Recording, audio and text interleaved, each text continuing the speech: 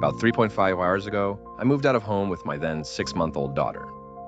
Everything was fine for about a year. I was quite comfortable having my bedroom window open at night. Then one night I was just sitting around on the computer when I heard movement on my veranda.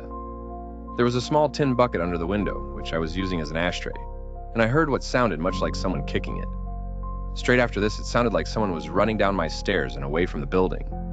I freaked out and ran to look outside, but couldn't see anyone. I couldn't sleep that night, and the next few nights were difficult as well. Eventually, I decided I was being paranoid, and maybe it was just a cat or something. Blind hope, probably. So I thought nothing more of this for the next 6 months.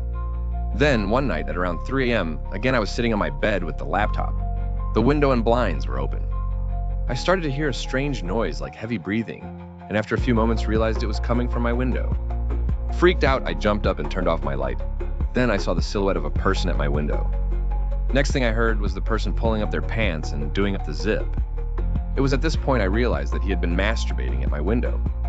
Terrified, I called a friend to tell her what was happening. The man had gone, but as I was speaking to my friend, I heard my screen door rattle. I grabbed a small hammer for self-defense, then crept to the lounge room window to look out. I flicked on the veranda light, and as I did, he was walking past my window. He didn't look up towards me at all, just walked away quite casually. He was an older man, maybe around 60, wearing some sort of shorts and a blue singlet. Anyway, at this point, my friend told me to call the police. Yeah, I should have already called them, but I was panicking and not thinking clearly. So I hung up and called the local station. I explained the situation and that I had a nearly 2-year-old with me, and was told a patrol car would be out shortly. A few minutes later, the police showed up, had a look around the building, then came up to talk to me. When I opened the door, the policewoman pointed to my screen door and asked if I had put that there. It was 2 roses weaved through the screen. The man had left them there at nearly 3:30 in the morning after masturbating at my window.